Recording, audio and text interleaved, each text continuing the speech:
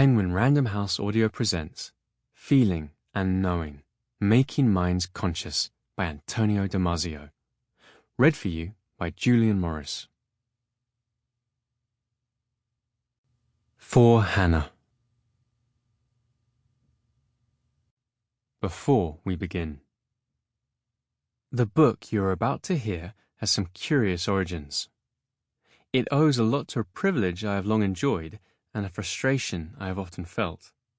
The privilege consists in having had the luxury of space when I needed to explain complicated scientific ideas using the large number of pages of a standard non-fiction book. The frustration came from talking to many of my readers over the years and learning that some ideas that I wrote about with enthusiasm, and that I had been keenest to have readers discover and enjoy, were lost in the middle of long discussions and hardly noticed, let alone enjoyed. My private response, on such occasions, has been a firm but always postponed decision to write only about the ideas I most care for and leave behind the connective tissue and the scaffolding meant to frame them. In brief, do what good poets and sculptors do so well. Chip away at the non-essential and then chip some more. Practice the art of haiku. When Dan Frank, my editor at Pantheon, told me that I should write a focused and very brief book on consciousness, he could not have anticipated a more receptive and enthusiastic author. The audiobook you're listening to is not exactly what he ordered, because it is not only about consciousness, but it comes close. What I could not have anticipated is that the effort of reconsidering and paring down so much material would help me confront facts that I'd overlooked and develop new insights about not just consciousness, but related processes. The road to discovery is twisted, to say the least. It is not possible to make sense of what consciousness is and of how it developed without first addressing a number of important questions in the universe of biology, psychology, and neuroscience.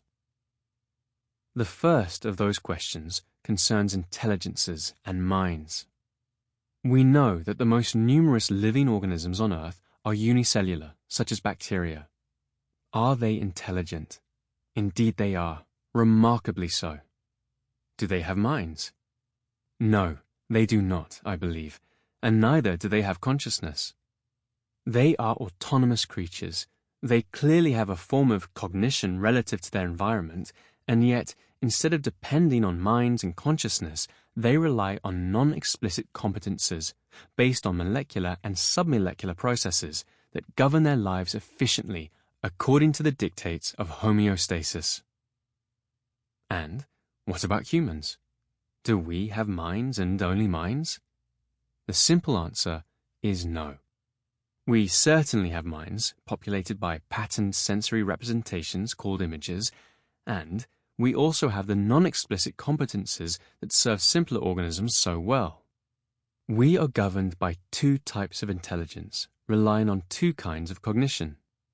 The first is the one humans have long studied and cherished. It is based on reasoning and creativity, and depends on the manipulation of explicit patterns of information known as images. The second type is the non-explicit competence found in bacteria, the one variety of intelligence on which most lives on Earth have depended and continue to depend. It remains hidden to mental inspection. The second question we need to address deals with the ability to feel. How are we able to feel pleasure and pain, well-being and sickness, happiness and sadness? The traditional answer is well known. The brain allows us to feel, and all we need is to investigate the specific mechanisms behind specific feelings. My aim, however, is not to elucidate the chemical or neural correlates of one particular feeling or another, an important issue that neurobiology has been attempting to address with some success. My aim is different. I wish to know about the functional mechanisms that allow us to experience in mind a process that clearly takes place in the physical realm of the body. That intriguing pirouette from physical body to mental experience is conventionally attributed to the good offices of the brain, specifically to the activity of physical and chemical devices called neurons. Although it is apparent that the nervous system is required to accomplish that remarkable transition, there is no evidence that it does so alone. Moreover, the intriguing pirouette that allows the physical body to harbor mental experiences is regarded by many as impossible to explain. In an attempt to answer the critical question, I focus on two observations. One of them relates to the unique anatomical and functional features of the interoceptive nervous system, the system responsible for signaling from the body to the brain. These features are radically different from those that can be found in other sensory channels, and, although some of them have previously been documented, their significance has been overlooked.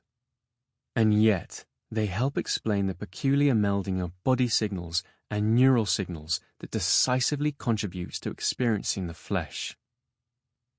Another pertinent observation concerns the equally unique relationship between the body and the nervous system, specifically the fact that the former entirely contains the latter within its borders. The nervous system, including its natural core, the brain, is located in its entirety within the territory of the body proper, and is fully conversant with it. As a consequence, body and nervous system can interact directly and abundantly.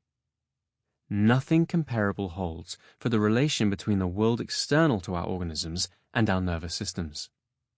An astonishing consequence of this peculiar arrangement is that feelings are not conventional perceptions of the body, but rather hybrids, at home in both body and brain.